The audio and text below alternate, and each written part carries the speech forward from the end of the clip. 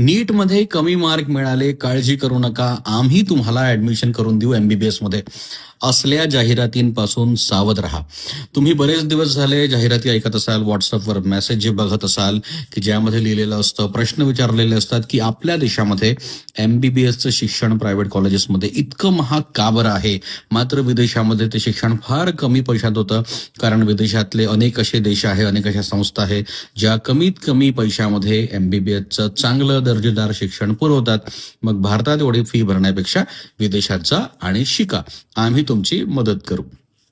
असल्या सगळ्या एजंट आणि ज्या कंपनीज असतात, एजन्सी असतात, त्यांच्याकडनं सावध राहिलं पाहिजे. कारण ते लोक तुम्हाला पूर्ण माहिती बरेचदा देत नाहीत. आता बघा, भारतामध्ये जी संस्था आजपर्यंत होती, जिचं नाव आता बदललं, आधी नाव होतं मेडिकल काउन्सिल ऑफ इंडिया, आता नाव झालेलं आहे नॅशनल मेडिकल कमिशन. तर ही जी संस्था असते ही बाहेरून म्हणजे विदेशातून जे लोक एमबीबीएस करून येतात भारतामध्ये त्यांची स्क्रीनिंग टेस्ट घेते, त्यांची परीक्षा घेते.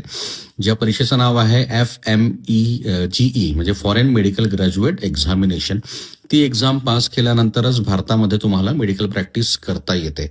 आता ही परीक्षा कोणाला द्यावी लागते, तर सर्व देशातील विद्यार्थ्यांना द्यावं लागते. मात्र यात एक्झाम्शन जे दिलेलं आहे ते फक्त 5 देशातील विद्यार्थ्यांना दिलं जातं, ज्यामध्ये आहे US, युके मध्ये वेगवेगळे 4 देश आहे. इंग्लंड आहे, वेल्स आहे, स्कॉटलंड आहे, ज्याला आपण GB म्हणतो, ग्रेट ब्रिटन, आणि त्यानंतर नॉर्थ आयर्लंड. अशा UK कंट्रीज झाल्या.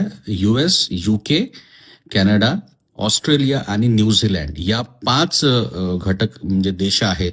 यांच्यामधून जर तुम्ही एमबीबीएस करून आले तर तुम्हाला भारतामध्ये NMC तुम्हाला रेड कार्पेट देते, म्हणजे तुमचं स्वागत करते की या, सेवा द्या आणि प्रॅक्टिस करा.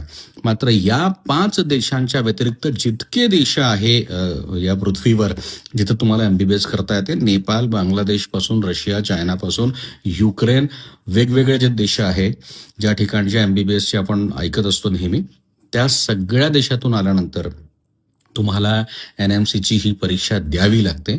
आणि यातला एक गोष्ट आपण आवर्जून लक्षात घेतली पाहिजे की ही एक्झाम पास करण्याचा जो दर होता आत्तापर्यंत तो होता केवळ 10%, म्हणजे पासिंग पर्सेंटेज. 100 पोरं विदेशातून एमबीबीएस करून आलेले, त्यापैकी केवळ 9 नाही तर 10 पोरच ही परीक्षा एका वेळेला पास करू शकत होते. आता हल्ली तो दर जो आहे तो 20 ते 30% गेलेला आहे. आता तुम्ही गुगल करू शकता FMGE बद्दलची काय आहे. आतापर्यंत त्या परीक्षेला लिमिट होतं एक्झाम देण्याची, अटेम्प्टची लिमिट होती की कितीदा एक्झाम देऊ शकता. आता मात्र ती नाही आहे, तुम्ही कितीही ती देऊ शकता.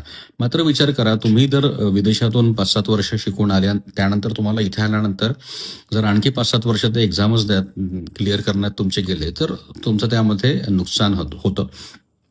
सरळ NMC जे आहे, नॅशनल मेडिकल कमिशन जे आहे, त्याचं असं म्हणणं आहे, म्हणजे या संस्थेचं असं म्हणणं आहे भारतातल्या, की भारतातलं जे वैद्यकीय शिक्षण आहे त्यापेक्षा केवळ या 5 देशांचंच वैद्यकीय शिक्षण उच्च दर्जाचं आहे भारतापेक्षा. तर कुठले देश? UK, US, कॅनडा, ऑस्ट्रेलिया आणि न्यूझीलंड. इथलं शिक्षण भारतापेक्षा चांगलं आहे असं मानलं जातं या संस्थेद्वारे, NMCद्वारे. आणि याच्या व्यतिरिक्त जेवढेही देश आहे त्या देशातलं शिक्षण आपल्यापेक्षा कमी दर्जाचं आहे, म्हणूनच आपण परीक्षा घेतो असं NMCचं सरळ म्हणणं आहे. तर या सर्व गोष्टींचा विचार करा आणि नंतरच ठरवा तुम्हाला कुठल्या देशात जाऊन एमबीबीएसचं शिक्षण घ्यायचं आहे. तुम्हाला काय वाटतं? कमेंट करा, चर्चा करत राहूया, बोलत राहूया.